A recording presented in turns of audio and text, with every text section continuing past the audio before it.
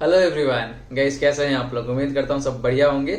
So guys, आज के इस वीडियो में हम लोग बात करने वाले हैं Mirae Asset emerging blue chip fund के बारे में। ठीक है, इस फंड का डिटेल रिव्यू करेंगे एंड देखेंगे कि गाइस ये फंड आपके लिए कितना सही बैठ सकता है, क्योंकि गाइस इस फंड का जो एसेट अंडर मैनेजमेंट है वो ऑलरेडी 21,000 करोड़ को क्रॉस कर चुका है। तो देखेंगे कि जो अदर एस्पेक्ट है इस फंड का वो कितना सही है। ठीक है, तो गाइस मैं हूँ सीए जितेंद्र यादव, स्वागत करता हूँ आप लोगों को मेरे चैनल इन्वेस्टो प्राइड पे। ठीक है, तो गाइस वीडियो में आगे बढ़ने से पहले अगर आप चैनल पे नए हैं तो चैनल प्लीज सब्सक्राइब कर लीजिए और नोटिफिकेशन बेल ऑन कर लीजिए ताकि ऐसे इंटरेस्टिंग वीडियोस आप मिस नहीं करेंगे। ठीक है, तो गाइस अब बात करते हैं इस फंड के बारे में। मतलब ये फंड स्टार्ट कब हुआ था, फंड मैनेजर कौन है, फंड का जो बेसिक स्ट्रेटेजी है वो क्या है। ठीक है, जो इन्वेस्टमेंट स्ट्रेटेजी होता है वो। तो बात करें इस फंड का इंसेप्शन का, तो गाइस ये जनवरी 2013 में देखा जाए तो मोटा मोटी 8 से 9 साल पहले स्टार्ट हुआ था ये फंड। और इस फंड का जो इन्वेस्टमेंट स्ट्रेटेजी ये है, क्योंकि ये फंड जो है आपका large and mid cap category में आता है। तो large and mid cap categories के जो स्टॉक है उसमें इन्वेस्ट करना है, और जो इन्वेस्टर है या कह लीजिए जो यूनिट होल्डर है उसके लिए वेल्थ जनरेशन का पर्पस है इसका। ठीक है, अब बात करते हैं इस फंड मैनेजर का। तो इस फंड को 2 मैनेजर मैनेज करता है। एक है आपका अंकित जैन जो कि जनवरी 2019 से है इनके साथ, और दूसरा है नीलेश सुराना। सो गाइस नीलेश सुराना इस फंड जो फंड हाउस है बेसिकली मीरे एसेट, इसके साथ 2010 से है और वो भी इस फंड को मैनेज कर रहे हो। इससे पहले ये जो मीरे एसेट टैक्सेबल फंड है उसको मैनेज करते थे रेगुलर स्कीम को। ठीक है, तो गैस दोनों फंड मैनेजर काफी एक्सपीरियंस है।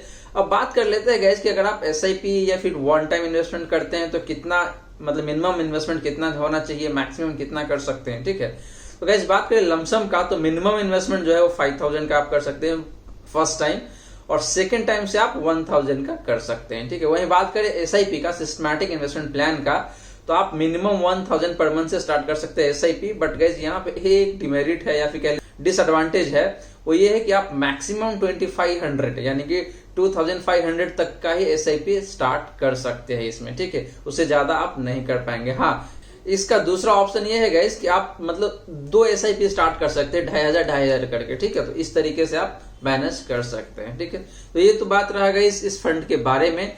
अब बात करते हैं गाइस इस फंड का पास्ट परफॉर्मेंस का। ठीक है, तो पास्ट परफॉर्मेंस के लिए हम लोग जो यूज करने वाले हैं last 1 year, 3 year, 5 year and since Inception का। गाइस मैं एक बात बता दूं कि कभी भी आपको खाली पास्ट परफॉर्मेंस के ऊपर नहीं जाना है। ठीक है, फंड के जो अदर एस्पेक्ट है उसको भी ध्यान में रखना है एंड देन आपको एनालाइज करना है कि फंड आपके लिए कितना सही बैठता है। ठीक, क्योंकि पास्ट परफॉर्मेंस पास्ट ही होता है और फ्यूचर फ्यूचर होता है। फ्यूचर में कितना होगा, कितना परसेंटेज रिटर्न देगा नहीं देगा आपको पता नहीं, किसी को भी नहीं पता होता है। ठीक है, तो ओनली जो पास्ट परफॉर्मेंस है उस पर आप मत जाइए। ठीक है, आपको अदर एस्पेक्ट है उसको भी कंसीडर करना चाहिए। ठीक है, तो बात करते हैं पास्ट परफॉर्मेंस का गाइस। तो लास्ट 1 ईयर की बात करें गाइस तो इस फंड ने 68% का रिटर्न दिया है। वहीं कैटेगरी एवरेज की बात करें गाइस तो ये भी 65.69%, मोटा मोटी 66% का रिटर्न दिया है कैटेगरी एवरेज ने भी। वहीं लास्ट 3 ईयर की बात करें गाइस तो लास्ट 3 ईयर में जो Mirae Asset emerging blue chip fund है इसने 31% और कैटेगरी एवरेज ने जो दिया है वो 25% का रिटर्न दिया हुआ है। ठीक है, लास्ट 5 ईयर की बात करें गाइस तो लास्ट 5 ईयर में भी इस फंड ने काफी बेहतर परफॉर्मेंस दिया है 22% का, जो कि किसी भी हद से मतलब कम नहीं होता, बहुत अच्छा परफॉर्मेंस है ये। ठीक है, वहीं कैटेगरी एवरेज की बात करें गाइस तो कैटेगरी एवरेज ने मोटा मोटी 17% का दिया है, जो कि वो भी अच्छा है, 17% भी अच्छा है। But Meere Asset emerging blue chip ने तो बेहतर परफॉर्म करके दिया आपको 22% का, बहुत ही तगड़ा रिटर्न है। और सिंस इंसेप्शन की बात करें गाइस तो सिंस इंसेप्शन में तो इसने गजब ही ढा दिया है, मतलब 26% का रिटर्न दिया है, वो भी जो इंसेप्शन ईयर 2013 में हुआ था वहां से आप एनुअलाइज रिटर्न अभी तक का देखेंगे तो 26% का है। ठीक है, तो ये बहुत ही शानदार रिटर्न है इस फंड का। वहीं कैटेगरी एवरेज की सिंस इंसेप्शन की बात करेंगे तो वहां भी मोटा मोटी 22% का रिटर्न आया है। ठीक है, तो गाइस रिटर्न के मामले में तो बहुत ही लाजवाब शानदार है ये फंड, तो ये चीज आपको ध्यान में रखना है। तो गाइस अब बात करते हैं जो एसआईपी के थ्रू जो अगर इन्वेस्टर ने इन्वेस्ट किया तो उसको कैसा रिटर्न मिला है। ठीक है, हमने जो अभी बात किया वो 1 टाइम वाला लमसम जो इन्वेस्टमेंट करता है उसका रिटर्न की बात किया था। अब बात करते हैं एसआईपी में। ठीक है, तो एसआईपी में गाइस इस फंड ने पिछले 5 साल में आपके पैसे को डबल करके दिया है। मतलब अगर आपने 1,000 पर मंथ मतलब 1,000 पर मंथ का एसआईपी स्टार्ट किया होता तो पिछले 5 साल में आपने 60,000 का इन्वेस्टमेंट हुआ और उस 60,000 को इस फंड ने मतलब 1,16,000 के अराउंड करके दिया है, तो मोटा मोटी डबल ही कर दिया है। ठीक है, तो ये बात भी आपको ध्यान में रखना चाहिए। मतलब एसआईपी के केस में भी काफी बेहतर परफॉर्म करके दिया है इस फंड ने। अब बात करते हैं एक्सपेंस रेशियो का। एक्सपेंस रेशियो काफी इंपॉर्टेंट होता है। मतलब अगर आप किसी फंड में इन्वेस्टमेंट करना चाहते हैं तो एक्सपेंस रेशियो जिस फंड का जितना कम होता है वो आपके लिए उतना ही बेहतर होता है, ठीक है। तो इस फंड की एक्सपेंस रेशियो की बात करें गाइस, तो ये फंड 0.68% आपका चार्ज करता है एक्सपेंस रेशियो, ठीक है। वहीं कैटेगरी एवरेज की बात करें गाइस तो 1% के अराउंड है। तो एक्सपेंस रेशियो भी बहुत ही कम है। देखा जाए बहुत कम तो मैं नहीं कह सकता, लेकिन मतलब कैटेगरी एवरेज से ऑलमोस्ट आधी है, ठीक है। तो ये चीज आपको ध्यान में रखना है। वहीं एसेट अंडर मैनेजमेंट की बात करें गाइस, तो एसेट अंडर मैनेजमेंट इस फंड का 21,263.17 करोड़, मतलब 21,000 करोड़ से भी ऊपर जा चुका है एसेट अंडर मैनेजमेंट, ठीक है। तो गाइस ये कहीं ना कहीं मुझे नेगेटिव साइड लगता है कि इतना ज्यादा एसेट अंडर मैनेजमेंट बढ़ चुका है इस फंड का, तो जो अपसाइड है ना इसको कैप कर देता है, ठीक है। मेरा मानना है, आपका मानना हो सकता है आप मेरे ओपिनियन से डिफर करें, तो मैं आपका ओपिनियन का बिल्कुल मतलब रिस्पेक्ट करता हूं, लेकिन मेरा जो मानना यही है कि जिस फंड का एसेट अंडर मैनेजमेंट जितना कम हो उतना ही बेहतर होता है, ठीक है। तो इस केस में देखा जाए तो 21,000 करोड़ को क्रॉस कर चुका है, जो कि मेरे हिसाब से नेगेटिव है थोड़ा सा, ठीक है। तो ये चीज आपको हमेशा ध्यान में रखना है।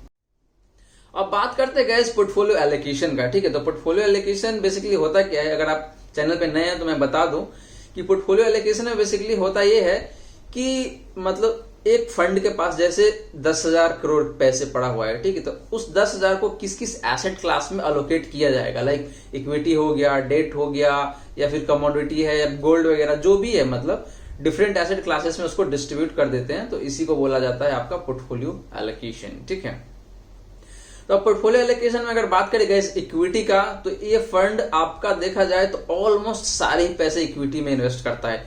99% मोटा मोटी 99% जो है इक्विटी में जाता है, और 1% के अराउंड जो है वो अदर में जाता है। डेट में यहाँ जीरो इन्वेस्टमेंट है, ठीक है।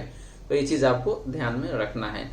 अब गाइस बात करते हैं कि इक्विटी में मतलब कौन कौन से लाइक लार्ज कैप हो गया, मिड कैप हो गया, स्मॉल कैप में कितना परसेंटेज इन्वेस्टमेंट कर रही है फंड, ठीक है। तो बात करें लार्ज कैप का, तो गाइस लार्ज कैप में 43% का अराउंड इन्वेस्टमेंट है, और नंबर ऑफ स्टॉक्स की बात करें तो 28 है, ठीक है। वहीं मिड कैप की बात करें गाइस, तो मिड कैप में 28.55%, नियरली 28.5% है, और नंबर ऑफ स्टॉक्स की बात करें गाइस तो 20 है। वहीं स्मॉल कैप की बात करें तो स्मॉल कैप में आपका 9.39% है, और नंबर ऑफ स्टॉक 7 है, ठीक है। तो ये चीज आपको ध्यान देना है। मतलब सबसे ज्यादा जो इन्वेस्टमेंट है वो लार्ज कैप में ही है। अगर टोटल 99% इक्विटी में है, उसमें से सबसे ज्यादा लार्ज कैप में, उसके बाद आपका मिड कैप, और सबसे कम जो है वो स्मॉल कैप में है, ठीक है। तो ये चीज आपको ध्यान में रखना है। अब बात करते हैं गाइस पोर्टफोलियो टर्नओवर रेशियो का, ठीक है। तो पोर्टफोलियो टर्नओवर के केस में देखिए तो जो मेरे asset emerging blue chip fund है इसका 78% का है, और कैटेगरी एवरेज जो है वो आपका 133.63% है, ठीक है। कई चैनल पे आप नए हैं तो मैं बता दूं कि पोर्टफोलियो टर्नओवर रेशियो बेसिकली होता क्या है कि अगर कोई फंड 10 स्टॉक्स को खरीदता है तो उस 10 स्टॉक को कितने लंबे समय तक होल्ड करता है। अगर ज्यादा लंबे समय तक होल्ड करके रखेगा तो उस केस में पोर्टफोलियो टर्नओवर रेशियो कम रहता है, और जितना ज्यादा मतलब जितना फ्रीक्वेंटली चेंज करेगा उस केस में पोर्टफोलियो टर्नओवर रेशियो हाई रहता है, ठीक है। तो ये चीज आपको ध्यान में रखना है। पोर्टफोलियो टर्नओवर रेशियो ज्यादा होने का मतलब ये दिखाता है कि फंड मैनेजर को जो अपने सिलेक्शन है उसमें उतना ट्रस्ट नहीं है, तो इसीलिए वो फ्रीक्वेंटली चेंज करता रहता है। या फिर दूसरा ये भी हो सकता है कि फंड मैनेजर को कोई अच्छा अपॉर्चुनिटी दिख रहा है दूसरे स्टॉक में, तो जो एग्जिस्टिंग स्टॉक है उसको बेच के नया स्टॉक खरीदता है। तो दोनों ही पर्सपेक्टिव है, तो आप दोनों पर्सपेक्टिव को ध्यान में रखें। अब बात करते हैं गाइस की टॉप 10 होल्डिंग, ठीक है। टॉप 10 होल्डिंग में देखें तो इस फंड का जो टॉप 10 होल्डिंग है, पहला HDFC बैंक जिसमें आपका नियरली 6%, मतलब 5.85 टू बी एग्जैक्ट, और ICICI बैंक में देखें तो 5.71%। ऐसे ही आप देखेंगे तो सारा परसेंटेज ऑफ होल्डिंग में मिल जाएगा आपको। तो एक्सिस बैंक, इन्फोसिस हो गया, State Bank of India, Bharti Airtel हो गया, वोल्टास हो गया, एम्फेसिस हो गया, उसके बाद आपका जेके सीमेंट है, देन गुजरात स्टेट पेट्रोनेट, ठीक है। तो यहाँ पे आपको लार्ज कैप मिड कैप दोनों मिक्स मिलेगा, क्योंकि ये फंड का नाम ही मतलब इस फंड का जो कैटेगरी है वो large cap and mid cap category में आता है, ठीक है। यहाँ पे आप ये भी देख सकते हैं कि इस फंड ने कौन कौन से स्टॉक्स में अपना पोजीशन घटाया है या बढ़ाया है। आपको लेफ्ट साइड में दिख रहा होगा कि एरो मतलब ग्रीन एरो, या फिर मतलब जो रेड एरो है, एरो डाउन एरो अप करके है, वो देखेंगे तो जो ग्रीन एरो अप है इसका मतलब ये है कि पोजीशन या फिर जो परसेंटेज ऑफ होल्डिंग है वो बढ़ाया गया है, और जो रेड डाउन एरो है उसका मतलब ये है कि जो परसेंटेज ऑफ होल्डिंग है उसको घटाया गया है, ठीक है। तो आप इसको ध्यान में रख के चल सकते हैं। ठीक है, अब बात करें इस पोर्टफोलियो कॉन्सेंट्रेशन का, मतलब कि मतलब टॉप 5 या टॉप 10 स्टॉक्स में कितना ज्यादा कॉन्सेंट्रेशन है। ठीक है, आउट ऑफ 100%। ठीक है, तो टॉप 5 की बात करें गाइस तो 100% में से 24% है वो टॉप 5 में ही इन्वेस्टमेंट किया गया है। जैसे मान लीजिए टॉप 5 में HDFC बैंक आ गया, ICICI बैंक आ गया, एक्सिस बैंक आ गया, इन्फोसिस आ गया, स्टेट बैंक ऑफ इंडिया। तो ये जो 5 है, ये 5 मिला के आपका 24% कवर कर लेता है आउट ऑफ 100%। ठीक है, तो गाइस बात करें पोर्टफोलियो कॉन्सेंट्रेशन टॉप 10 होल्डिंग्स का, तो जो हमने अभी बात किया HDFC बैंक से लेके गुजरात स्टेट पेट्रोनेट लिमिटेड का, तो टॉप 10 स्टॉक्स की बात करें तो वहां पे आपका नियरली 38% का होल्डिंग है इस कंपनी का। ठीक है, सेक्टर की बात करें तो 3 सेक्टर है जहां पे ये 39% इन्वेस्टमेंट करता है। तो ये रही बात आपका पोर्टफोलियो कॉन्सेंट्रेशन का।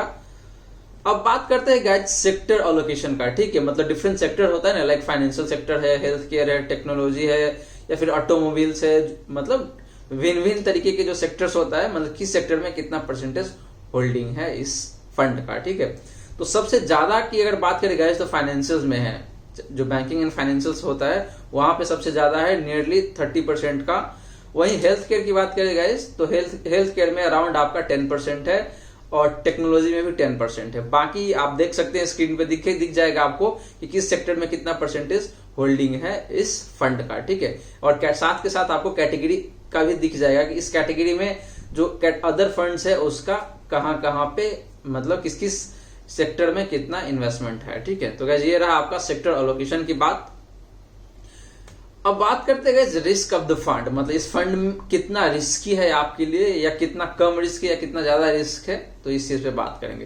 तो इसके लिए गाइस हम लोग standard deviation, beta, Sharpe ratio, trainer ratio और जेनसेन अल्फा, तो ये 5 पॉइंट से इस पे बात करेंगे। ठीक है, तो गाइस बात करें Mirae Asset emerging blue chip fund का, तो इसका जो स्टैंडर्ड डेविएशन है आपका 20.6% है।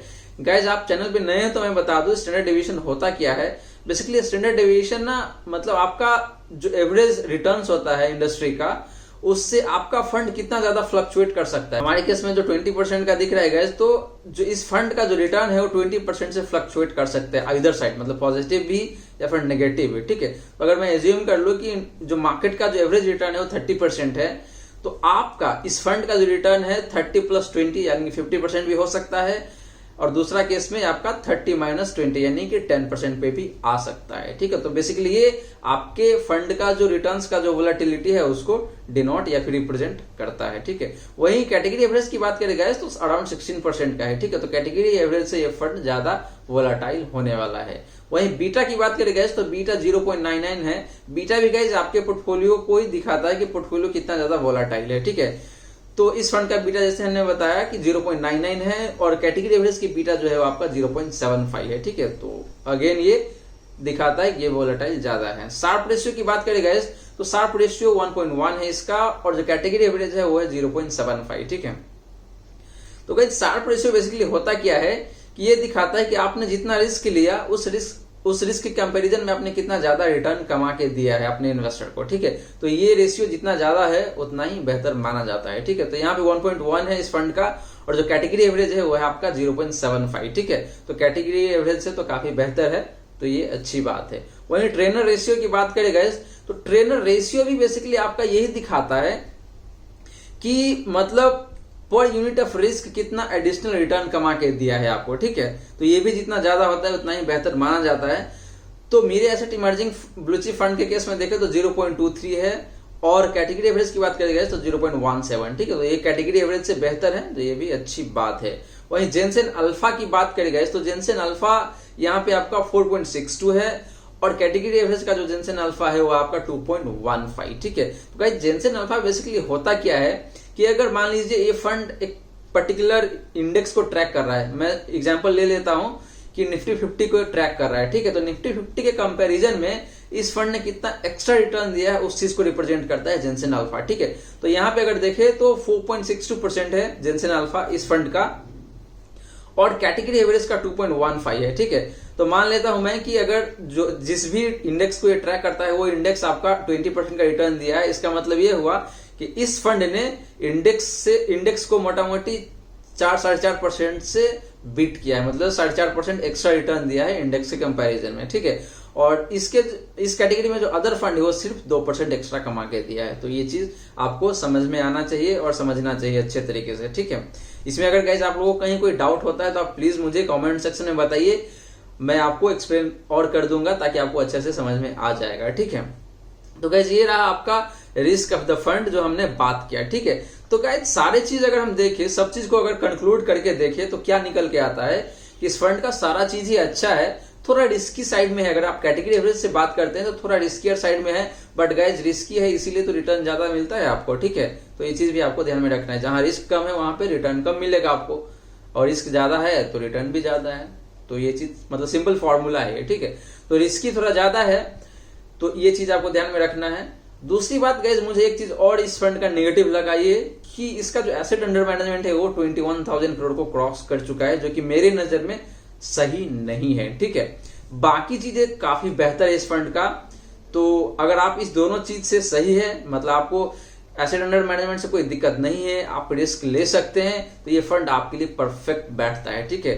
गाइज ये आपका मिड कैप भी कवर कर देगा और लार्ज कैप भी कवर कर देगा। तो आपको mid cap and large cap का डिफरेंट फंड्स में इन्वेस्ट करने की जरूरत भी नहीं पड़ेगा, आप इसी फंड के थ्रू दोनों ही कैटेगरी को कवर कर सकते हैं, ठीक है। तो काफी अच्छी बात है, क्योंकि होता क्या है गाइस कि आप अपने पोर्टफोलियो में जितना कम नंबर ऑफ म्यूचुअल फंड रखेंगे उतना ही आसान होगा आपके लिए ट्रैक करने के लिए, ठीक है।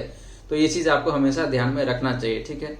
तो गाइस आशा करता हूं जितना भी बातें मैंने बताने की कोशिश की आपको समझ में आया होगा गाइस। अगर वीडियो आपको अच्छी लगी हो तो प्लीज वीडियो लाइक करें गाइस, और कुछ भी दिक्कत हो, कोई भी मतलब समस्या आपको आ रहा हो, कुछ समझने में आपको नहीं पता है तो आप कमेंट सेक्शन में बताइए, मैं कोशिश करूंगा आपके क्वेश्चन का रिप्लाई करने का, ठीक है। So guys thank you so much for watching this video. अगर आप चैनल पे नए हैं, आपने चैनल अभी तक सब्सक्राइब नहीं किया है तो चैनल प्लीज सब्सक्राइब कर लीजिए गाइज। और गाइज हाँ, अगर आप चाहते हैं कि इस फंड को मैं किसी और फंड से कंपेयर करूं तो आप दूसरे फंड का नाम भी बता सकते हैं। मैं कोशिश करूंगा कि इस फंड को मैं इसी कैटेगरीज के जो अदर बेटर फंड है उससे कंपेयर करूं, और अगला वीडियो में शायद यही लेके आने वाला हूं, ठीक है। अगर आपको लगता है कि मुझे कौन से स्पेसिफिक फंड से कंपेयर करना चाहिए तो आप उस फंड का नाम कमेंट सेक्शन में बता सकते हैं, ठीक है। So guys again thank you so much for watching this video. Channel subscribe नहीं किया है तो प्लीज चैनल सब्सक्राइब कर लीजिए और नोटिफिकेशन बेल ऑन कर लीजिए ऐसी इंटरेस्टिंग वीडियोस के लिए, ठीक है। Thank you so much for watching this video. मिलते हैं अगले वीडियो में, थैंक यू।